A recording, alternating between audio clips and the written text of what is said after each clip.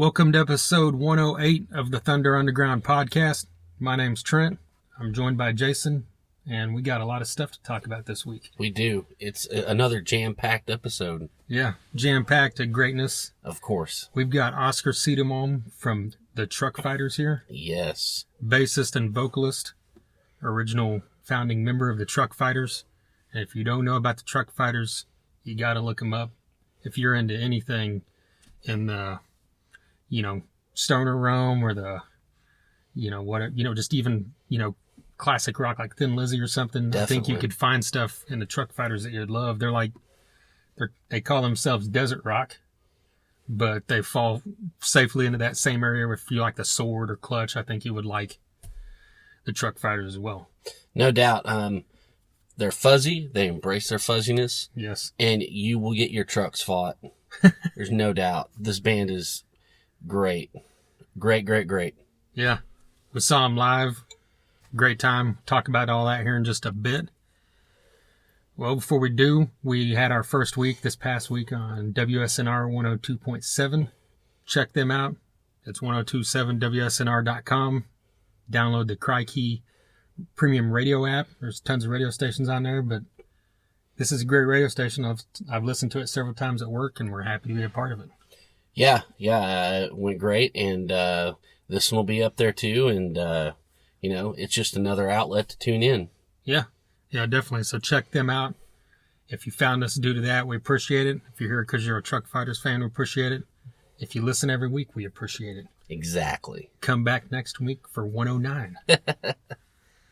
Well, first things first, this past weekend was day one of Holata Fest. Yes. The first annual Holata Fest, which leads us to believe that this will be a yearly event, which I sure hope so, because it was, without sounding corny, it was a magical effing day. It really was. It really was. And John Holata definitely deserves an annual event.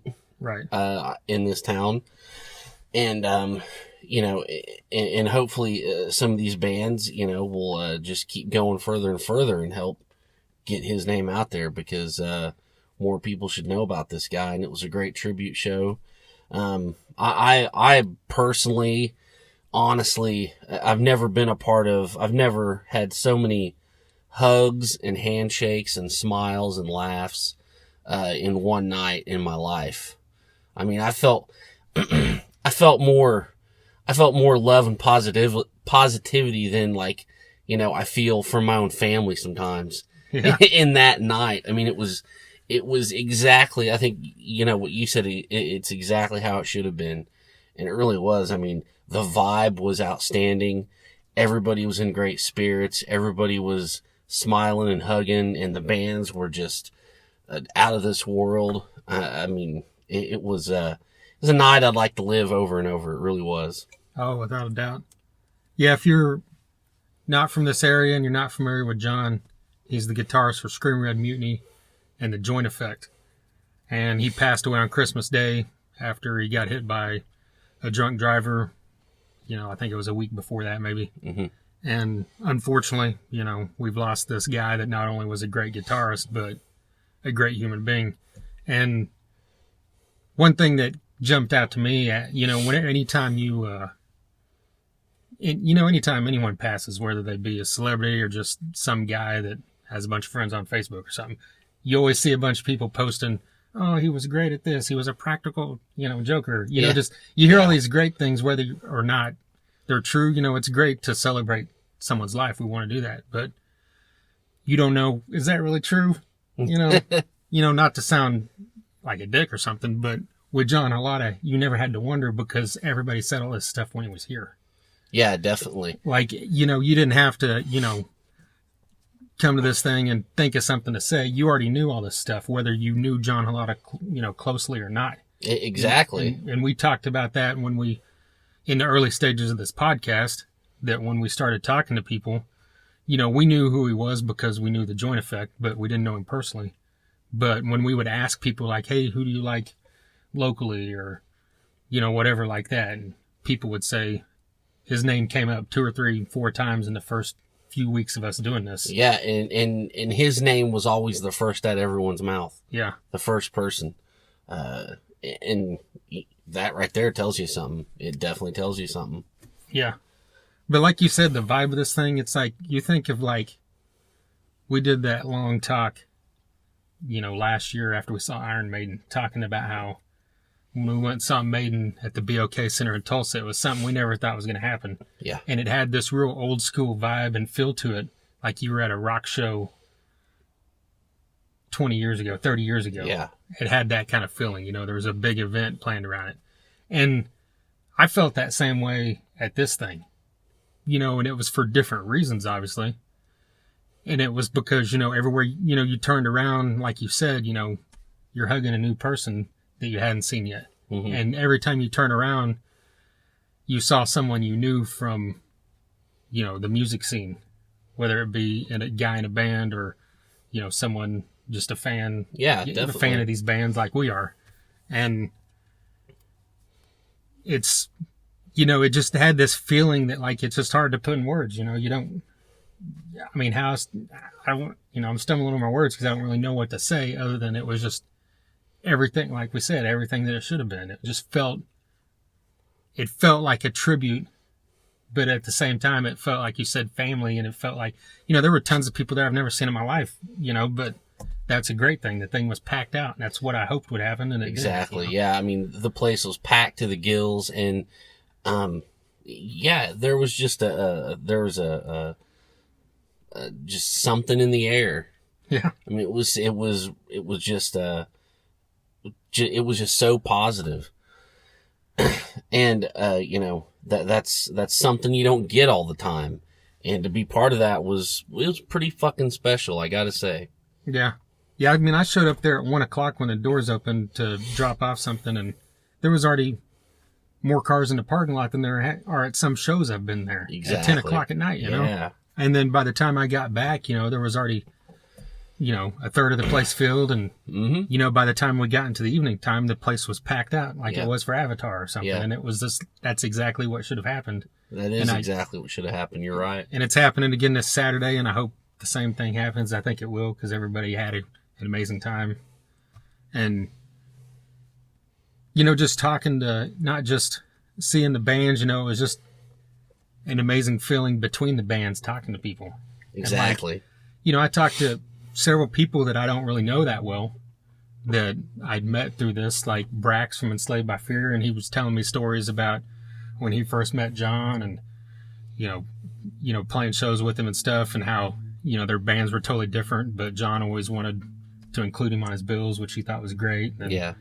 I talked to Jared Taylor, who lives up in Kansas, and he's been a friend of John for several years, and we stood outside and talked for 10 or 15 minutes, and he was telling me all kinds of stuff. So it was just amazing to hear all these positive stories, about a guy that we knew, but we didn't know as close as a lot of people there. So, yeah. It was really a great feeling without repeating ourselves over. But, Hey, that's okay. We're allowed on this one. Right. Well, the first things first, you got there a little before me, and you saw Sovereign Dame. So how was that? They were great. It was just something totally different. They had a violin, keyboards. You don't see that all the time around here. And, it was just good, it was just good rock, hard rock with, as somebody kind of mentioned, it was kind of like Clutch and, with like a female vocalist. And, I get that a little bit. I mean, it was, I'd heard the name for a long time, and I'm glad to finally see them. They were great. Well, we had after that, I think Enslaved by Fear was the next band. Yes. And I'd seen them once before quite a while back, but it's been a while. So it was really cool to see them again. And they've just, Brax has such a great stage presence, and you can tell these guys are seasoned. They've done several tours, across the nation, you know, and they're just a great band. If you love the stuff like Kill Switch or All That Remains, you'd really dig these guys and look them up, and they put on a really strong performance, and, you can't say enough good things about it. Yeah, Brax was a great frontman. Enslaved by Fear. Check him out. Yeah. Well, and then we had Fist of Rage. Yes. And we've gone on and on about how much we love these guys as not just a band, but as, for individuals. Yeah. And, just another great show, from Fist of Rage. Yeah, they killed it. Yeah, you're going to get heavy rock power from these guys every time, or these guys and girl, and they always deliver. That's right. And, that's one of those bands that I'd go see every week if they played every week. They play a lot, so now if you don't show up every time, I'm going to call you on it. I think we've seen them a lot. I'm not, running my mouth for nothing here. Well, I don't know if I'm going out of order, but Forever and Disgust might have been next. Yeah, I'm pretty sure they were. Always got to love these guys. It's just like, it's modern metal at its finest. It's abrasive.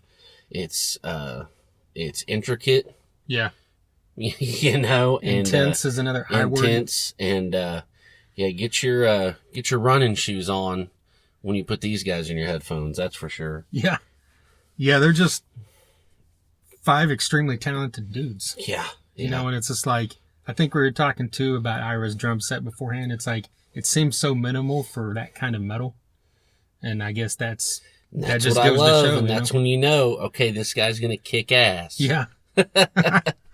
And the guitar parts, I know you were kind of geeking out whenever, they're doing their stuff, and it's beyond my realm of understanding, but. Yeah, Keith and Kevin, I'm just like, how do these, I've played guitar for like most of my life. I can't even fathom what the fuck is going on. It's great. It was great. Right. Yeah. And Kyle Williams, like I said about Brax, has such a stage presence, and owns that stage, and, and I love both his bands, and he just, and it's, it's kind of cool. He brings a different intensity to both bands, and that's right. With Forever and Disgust, it's just pure on metal power, and he, of course, delivered. That's right. Yeah. That is right. And just like a lot of people, he gave his tribute to John up there, and, so it was cool to see continuously throughout the night, whether it be on the mic or just in the crowd. But yeah, everybody was talking it up for sure. Yeah. Well, then was Dryvr next? I think so. Okay. So here we go. I'll just say I was outside talking to people. I walk in the door when I hear them start, and Heath from Severmind Center, he's like, "So when did this happen?" Yeah. He like yells at me. I'm like, "What are you talking about?" And he points at the stage, and there's Eddie Green from Even the Dogs on stage singing for Dryvr. Yeah. I was like, "Hey, you got me. I know as much as you do, I guess." Yeah, that was a surprise to me. I'm the same way. I walked in. We were all outside, We heard the band start, so we walked in and looked up and went, "Holy shit!" Right. It was funny because we saw Eddie earlier in the day and talked to him, and he had walked in with like a case, and I was like, "What's he doing? He's not in any of these bands." But I'm like, "Hey, maybe he's singing with someone. That'll be cool." Yeah. And because we were, like a lot of people, we were bummed whenever Even the Dogs split up. Definitely. And just hoped, well, maybe these guys will do something again or go on and do something else. And it looks like Eddie is. Yes. And, not just from us, but from several people around there was a buzz in there. Yeah, I think definitely. is the word you used, There was a buzz. Everybody was like, "What the fuck?" Because it was great. And they didn't announce it beforehand from my knowledge or anybody else around there know. Yeah, Eddie laid it down, definitely. Yeah. Now, if you had told me beforehand that he was going to be up there singing for Dryvr, I would have thought, Dryvr's great, Eddie Green's great, but in my head, it doesn't really match right off. Mm-hmm. But I guess that's just because of the, the style of Dryvr and Even the Dogs is different. But Eddie fit perfect. Yeah, he did. And it almost, to me, I could be wrong, but it almost to me sounded like the band kicked it up a notch in the heaviness as well. Yeah. Maybe that was because, Eddie's got that, comes from that heavier realm. Yeah. Yeah, and it's a, new blood, kind of probably an invigoration type kind of thing. Yeah. Yeah. So this will be interesting to see where this goes. And yeah, it was great. Because they were working on new music, so I wonder if Eddie's going to be a part of that now or how that works. We will see. We shall see. Yeah. Hopefully we'll find out soon. Yeah. Yeah. give us a call, Mike. Yes. We know you're listening. Yeah. Well, Severmind is next, and this was actually Derek's birthday. Yeah, it was. Man, if we had them on our 100th episode, go back and listen to that. It's like a 2-hour and 20-minute odyssey. Yeah. And it was great. And, we had them on our 100th episode. We talked about them because they're, one band that kind of, we knew a lot of bands, locally before we started the podcast, but they're one of the bands that we kind of discovered right when we started doing this, really latched on to what they're doing. And then in turn, it worked the other way as well, because they've been big supporters of us. They've always shared our stuff and talked us up as well. And so we tried to catch them every time that they play out in this area. And, they're working on new music. I can't wait to hear it. And you can't say enough about, kind of like we said with Forever Disgust or anyone else, there's 4 guys on stage that are extremely great at what they do, and then you've got Stacy Lane that's just like tearing, setting the freaking roof on fire, Yeah, I mean, what have we not said, that can be said? We've said it all about this band. We love this band. Because I think I made that comment. We've said their name on this podcast probably as much as Metallica. Or it's probably the word that's been on this podcast more than anyone thing except Metallica, and rightfully so. Yeah, and we had Machine in the Mountain too. Right. So if we're gonna say, I meant to ask you this before we even started talking about bands, so I could say this, but I'll just say it now. If you had to pick one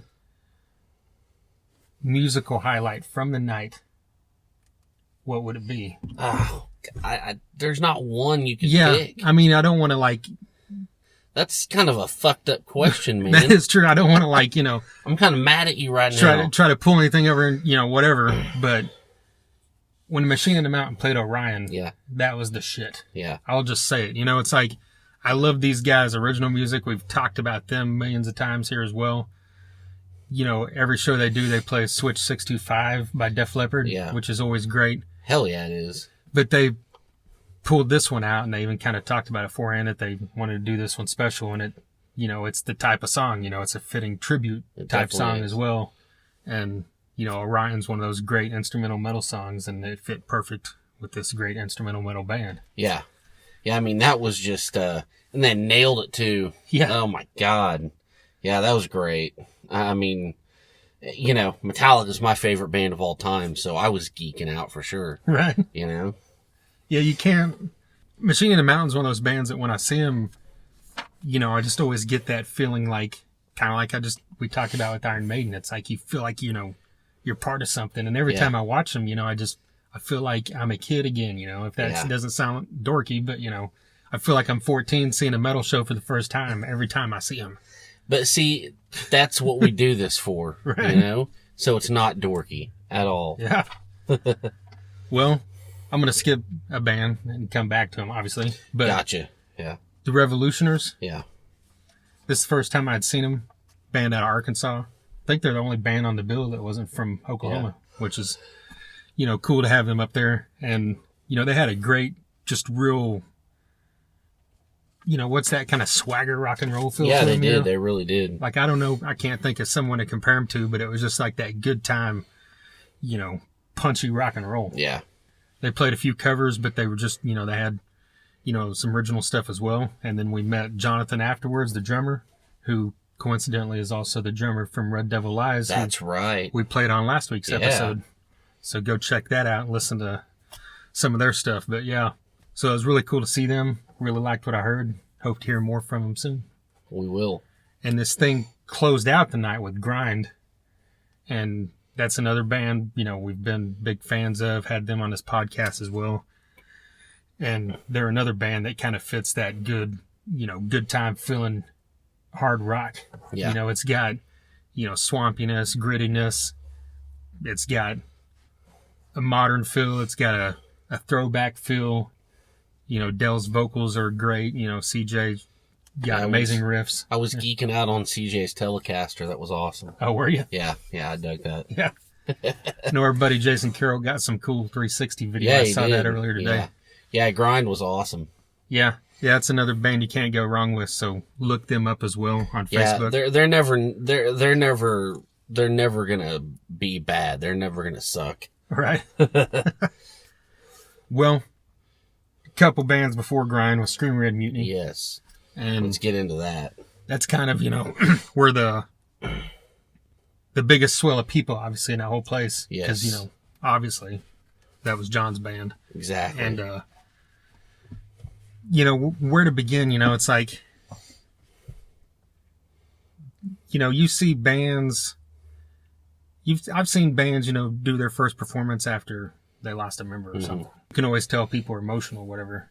But Screaming Red Mutiny just laid it out and didn't hide it, which is great. It's like that shows you, Sprout and Tony and Mike, had been part of with John for quite a while, and then Nick half of last year, I guess. And, all four of them, spoke, all four of them on stage, just playing their instruments and laying all that emotion out there for the world to see, which, can't be easy. But, I'm sure once that thing finished, it was probably a healing process, I would imagine. For sure. Sure. Getting on stage was probably hard to do it without him after they've been doing it with him for so long. And then to finish that set, I bet, was a great feeling. Yeah. As far as, it's not, there's never really closure, but it's like, that kind of thing that helps you move on, move along in what you're doing, I have to imagine that there was a little bit of a weight lifted. Yeah, that's a good way to put it. After that deal. And,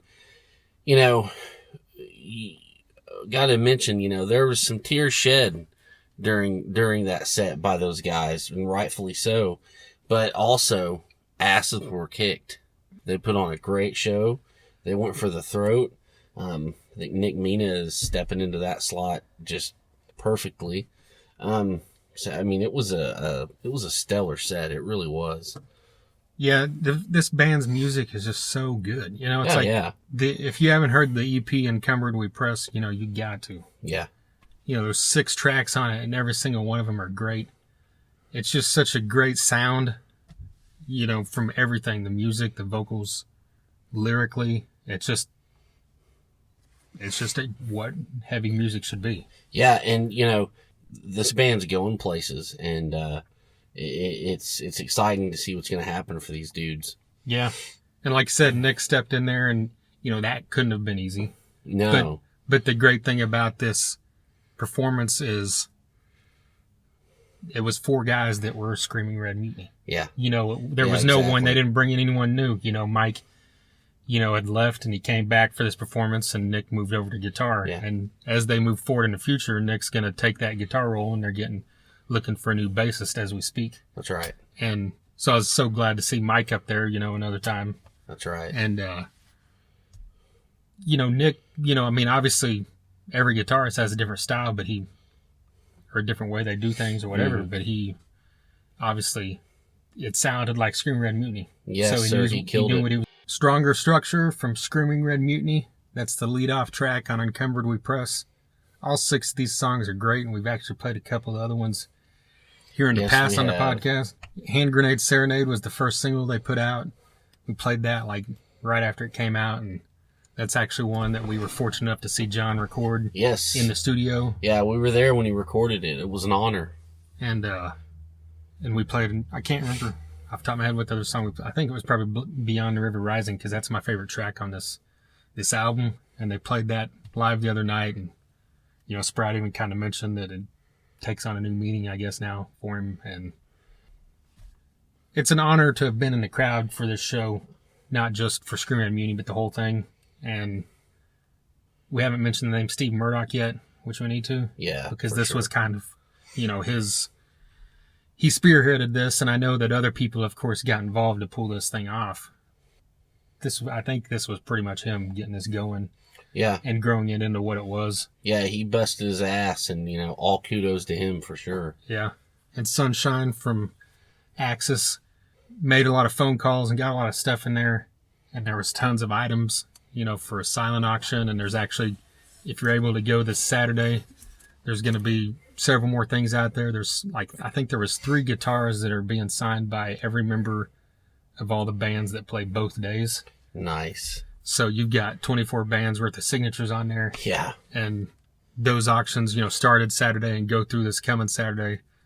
And there's several other items. There was stuff from the likes of, Slash, Drowning Pool, First Strike, Seven Dust, Hinder, Bon Jovi, Crowbar. The tons of stuff. Screaming Red Mutiny even had stuff, and Drumheads. So it's just cool memorabilia, and all the money goes towards, Casey Holata. And, that was another thing to mention. She was up there up front during Screaming Red Mutiny's performance. Yeah. She was able to make it out there, and they wheeled her right up front, so she got to see it firsthand. And as far as I know, I think she'll be back here this coming Saturday because they're doing a Joint Effect tribute show. Yeah. And who else do we have?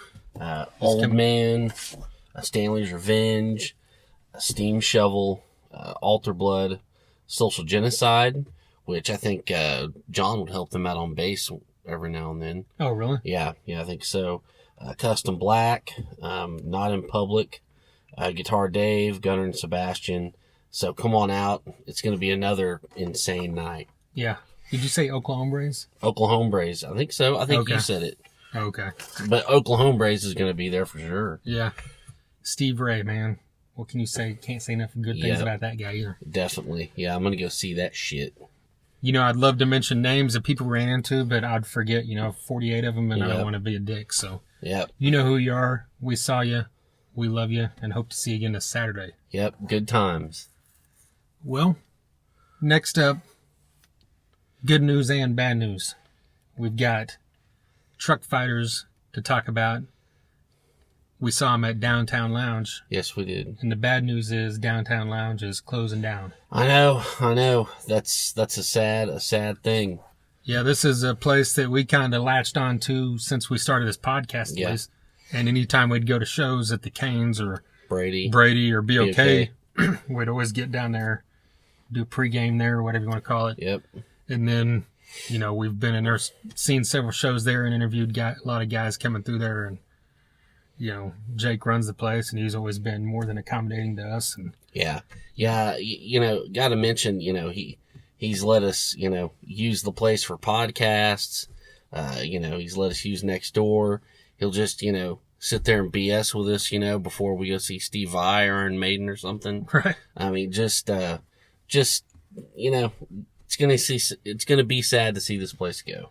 Yeah. I saw him make a post or comment on someone's thing that they're looking for other places, but that's not guaranteed. So hopefully that works out, for them and for us. Yeah, we'll see. But their last day is March 29th. So if you're in the Tulsa area, get out there as much as you can for the next month and a half. March 6th, He Is Legend is returning. Yeah. So that's a great time to get out there as well. That'll be, knocking the walls down with that one for sure. Yeah, for sure. And there's going to be a few other shows, and he's even mentioned, if you have a band and you want to play that stage, you got a month and a half to contact them and get it done. Because that's just a kick-ass place to see a show. It's like, it's so compact, but it sounds so great. And it's just the way it's set up. I just really dug it. And yeah, it's the greatest. well, speaking of Truckfighters, that show out there, they had King's Destroy on tour with them. And Redwitch Johnny. Yeah. And Redwitch Johnny, that's another band that, we've mentioned several times great things about because they're different than a lot of, your typical hard rock or metal bands. They've got this real throwback, kind of deep purple feel. Mm-hmm. And it's just one of those bands that you kind of, when you're watching them live, you get lost in it because, it's just so much, passion going into what they're doing. And I just can't say enough good things about them. And that's a band that we've talked about and haven't got on here yet. We'd love to get them on here at some point. Yeah, we need to for sure. Yeah. And King's Destroy was really good. I didn't know much about them before this, but they really, they kicked ass and threw it down. And then of course Truckfighters. Yeah. If like I said at the beginning of this thing, you got to look these guys up. Yeah, definitely. And I'd even, when we talked to Oscar, I'd even mention, how are you guys going to, on this small of a stage, because they're always kind of intense, especially Dango, he's always jumping around. Yeah, just going nuts, and you see performances like at Vakken or some festival, he's got this whole stage to go nuts on. But Downtown Lounge is a pretty tight space, and he still went nuts. I mean, he didn't go apeshit, but he was still hopping up and down, jumping back and forth, because, it's only 3 of them, so there's still a little room. Yeah, definitely, definitely. But yeah, it's just a kick-ass band, and they played several tracks from the new album, 5, and I assume it's called 5. Yeah. It's the Roman numeral V. And, a lot of old stuff, I think that Live in London album is just so badass, Yeah, that's a good one. That's a great listen. Yeah, and you can't go wrong with these guys at any level, they're Gravity X, going way back, just everything about them. I'm just a huge fan of this. The first time I saw them live was at Rocklahoma in 2014. Yeah. They're one of the bands that kicked off the side stage at Rocklahoma at 3:00. So there wasn't a huge crowd over there, but there was a little bit, but I made sure to get over there because I really wanted to see them. And if you told me, we've been to all 10 Rocklahomas, and so seen countless bands out there. If you told me to make my top 10 list of bands I've seen out there, they would be on that list. Yes. Of performances. Just Nice. because it was that, I hadn't seen them live at that point, so I'm seeing, Dango up there going nuts, and just the kind of raw fuzziness power that comes from these guys. And so I was instantly a fan from that point. So glad to be able to see him in the DTL space as well. Yeah, I'm glad to get to talk to him. Yeah. And I think we mentioned this, we talked about this in the interview, but go look up their video for Calm Before the Storm. Right. It's crazy. It's Yeah. pretty deep. Yeah, I hadn't seen that, and the day before we talked to him, you asked me if I'd seen that yet, and told me to go look it up, and I was just expecting some typical music video. And No. we're talking 8.5 minute, movie here. Yeah, basically. I mean it's pretty intense. Yeah, Go look it up. yeah, definitely. Well, like I mentioned earlier, if this is your first time listening, we appreciate it. www.thethunderunderground.com. We're on Facebook, Twitter, YouTube, Instagram, all that great stuff. We'll tell you all that here when we come back. But I think it's time we get into this. This here is Oscar Cedermalm, vocalist, bassist of the Truckfighters.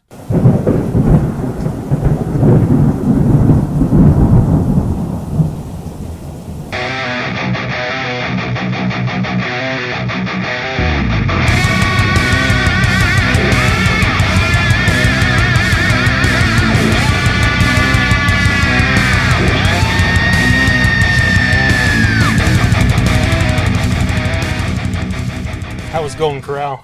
Saw you guys went there earlier today. Yeah, we like it. We think it's awesome. Maybe not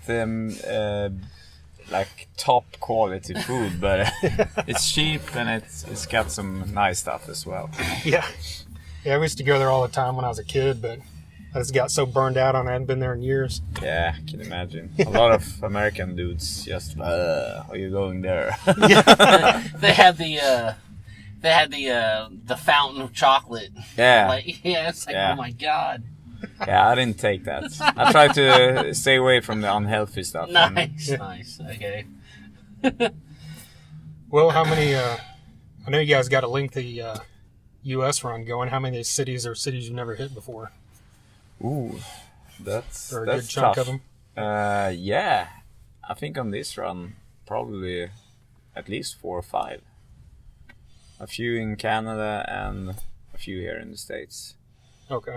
But for me, it's so hard to remember the town. I know I've been in Tulsa before, but it's not until I get here that yeah, that's right, Downtown Lounge. Okay, now I remember. Yeah. So hard to remember exactly the town and the venue, connected to the name of the town. But do you guys have is there anywhere in America that you've got always has a good crowd, good reaction kind of thing that you played? Yeah, a few places, but mostly on this run, it's been good everywhere, actually. Yeah, all the shows been really good attendance-wise, so that's awesome. in the past we've seen like Chicago been good, New York been really good, Philadelphia, yeah, and then we had a few. Like we played in Texarkana, that was not so good. So it's but it's a big country, so it can differ a lot, of course. Yeah.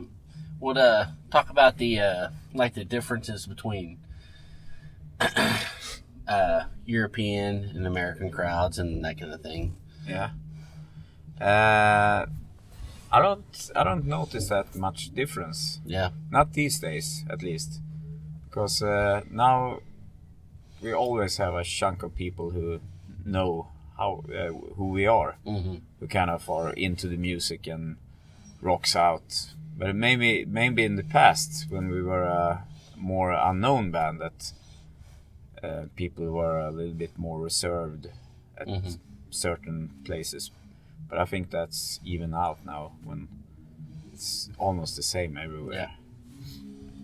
Well, I notice, when you see a lot of like festivals in Europe compared to here, people seem way more overall, no matter what band it is, way more active crowd-wise maybe than they do in America. But that just might be the stuff I've seen, I guess. Yeah, that might be the overall idea, or how do you say it? But I think we're blessed. Truckfighters are blessed with having a really good audience crowd here in the States as well. Yeah. So that's awesome. Yeah. Yeah, I was actually I'd heard you guys a long time ago, but then when I saw you at Rocklahoma in like 2014, yeah, was kind of when I got completely exposed to it. And all right. So cool. I guess, festivals like that do work. Yeah, it's and in Europe we have so many. Like in Germany, each city or smaller village has their own festival. It can be like 2,000 people festivals, but here in the States it's not that common, that I know of, at least. Yeah. So yeah, that of course that spreads the name better and easier. Right. Well, the new album's been out a few months now, so I'm, looking back now that it's been out, like, how do you think it sets with the rest of your catalog? It fits in and everything. Hopefully it doesn't fit in entirely. Yeah. Since we're aiming on doing something different every time. Right. But of course you can hear that it's still Truckfighters. Yeah. We don't change that much. We're still the same persons, and Dango uses his big muff as usual. So, but we try to do something a little bit different. But I think that's mainly because we want to feel fresh and feel excited about what we do, and not get stuck into the same thing all over again. Yeah. I see too many bands do the same album over and over again, and it gets boring, both for them and for the people who listen to it. Yeah, there is a lot of that for sure. Yeah. Well, I noticed, this new one, you can tell it's Truckfighters, but it's got a lot more kind of darker stuff, little atmospheric stuff than the previous stuff. Is that just natural progression, or is that something you guys kind of try to do? Or? No, it's just natural, what we feel like doing. It's nothing that we plan or think about. Was it hard to mix some of those songs in with the older stuff that's more kind of straight ahead, your stoner fuzz kind of stuff? Or is the set list something where you guys don't really think about it too much? We mix, but as you said, maybe in the past it was a little bit more rocking out set that we played, more fast forward kind of songs that were easier to interact to. Now it's a little bit more complicated, and but we like it, and it's nice. Then the crowd can get a little bit of air and relax a little bit between the softer parts in the songs. And yeah. But it's difficult to do the sets these days, since we have so many songs to choose from. and to build the sets in a nice way as well. Well, you guys are pretty active on stage. Like how does that work on a stage like this where it's a little more compact? You know? We knew that was coming. We'll see about that. Yeah. Yesterday I actually knocked my bass in my head. No, that was 2 days ago. Yeah. Accidentally, of course. But when you're rocking out and just suddenly the screw of the head just knocked me in the ear. I'm a little bit sore, but usually we know where we have each other. Does that make you lose your place for a second? Like yeah. It hurt Dizzy or as something? hell. It was that was hurtful. We'll talk about the Calm Before the Storm. The video I thought was just like, it just blew me away. Yeah. You know, there's the content, and then and at one point there's like it's all in reverse. Did that come from you, or was that like a treatment that you were given? I'm just super curious on that deal. Yeah, we actually found this guy who was really eager to do the video, and we told him about what the song was about, and he came up with he filmed everything and came up with this idea to do the reverse thing and do like a storyline, more or less, like a mini movie about it. And we thought it was a great idea, but then we didn't see that much until the finished product. But I think it's a nice and it's a heavy video, but it's nicely done. It's really professional and good looking, if you can say so. Yeah, it is pretty epic for sure. Yeah, it's almost like a short film since the song is so long, you know. Yeah, it's a great calling card. Yeah, I like it, and it's good that people get affected by it, both good and bad. A lot of people were angry, but that's also good because then they care about these things more, I guess. Yeah, well, you know, that brings awareness to that kind of situation. Yeah, it does. You know, definitely. So then it's something good. yeah, definitely. I guess. Yep. Well, with like the Live in London album, you guys, you know, when you listen to it, it really captures, you know, what you guys do live, and I thought that was really good because you can always see that when you're watching a DVD or video footage. But when you're listening to audio, sometimes a band's intensity doesn't come across as well. And I mean, is that something that just you're lucky because you guys are that good, or do you think is that something you guys strive for with the audio? You mean do it a little bit different, or?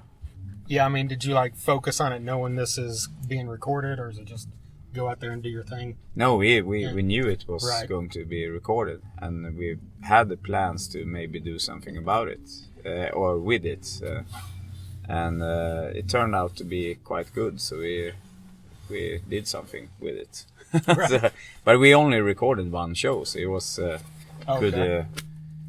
could also gone in another direction, like this might not be good enough, but so I'm not saying we're like we have our moments that are good and moments that are less good, but we try to be as little less good as possible. Right.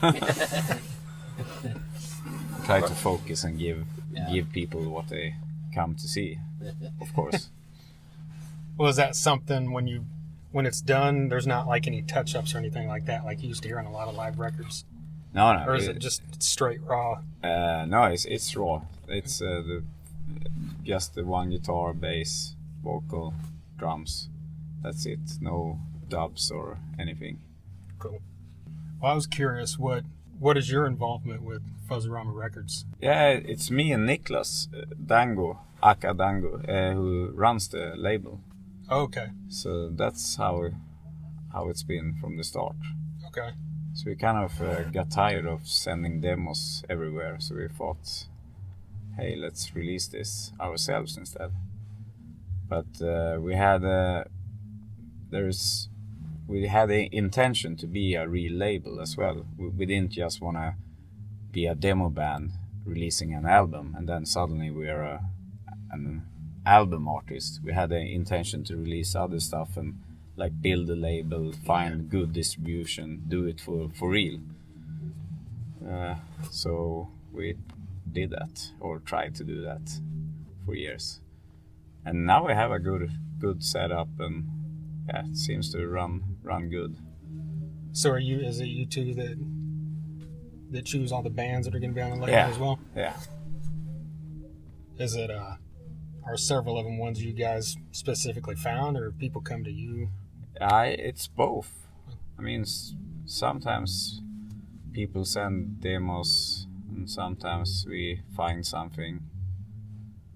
But we got a lot of demos, and it's a lot of not good demos as well.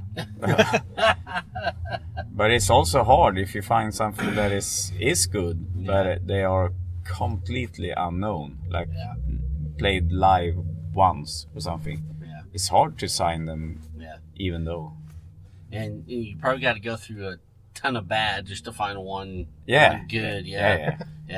But usually you hear it quite fast. You listen like 10, 15 seconds. If it's really bad, you hear. You know, just, yeah.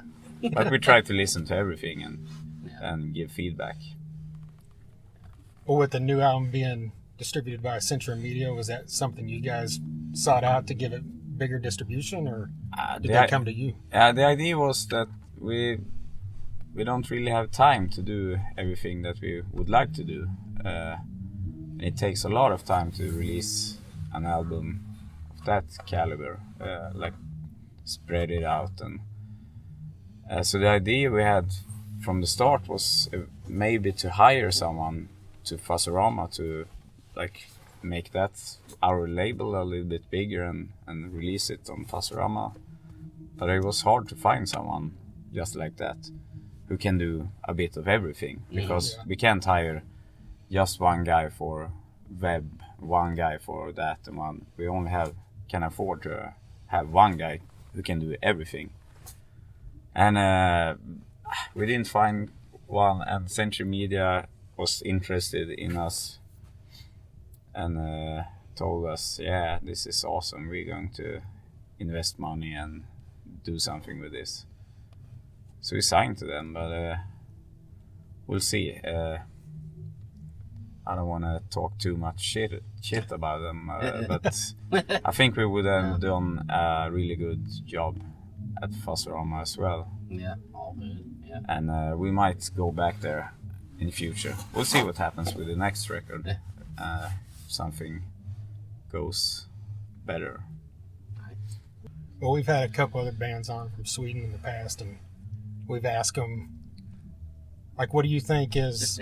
There's so many great bands, you know, that we know of here in America that have come out of Sweden. It seems like every band I hear from Sweden is just great. Mm-hmm. Like, what do you think is it that all these different genres of rock and metal that cause so many of these bands, like the music culture there, to be so great? Yeah. Oh. It might have something to do with that we have government-funded rehearsal spaces.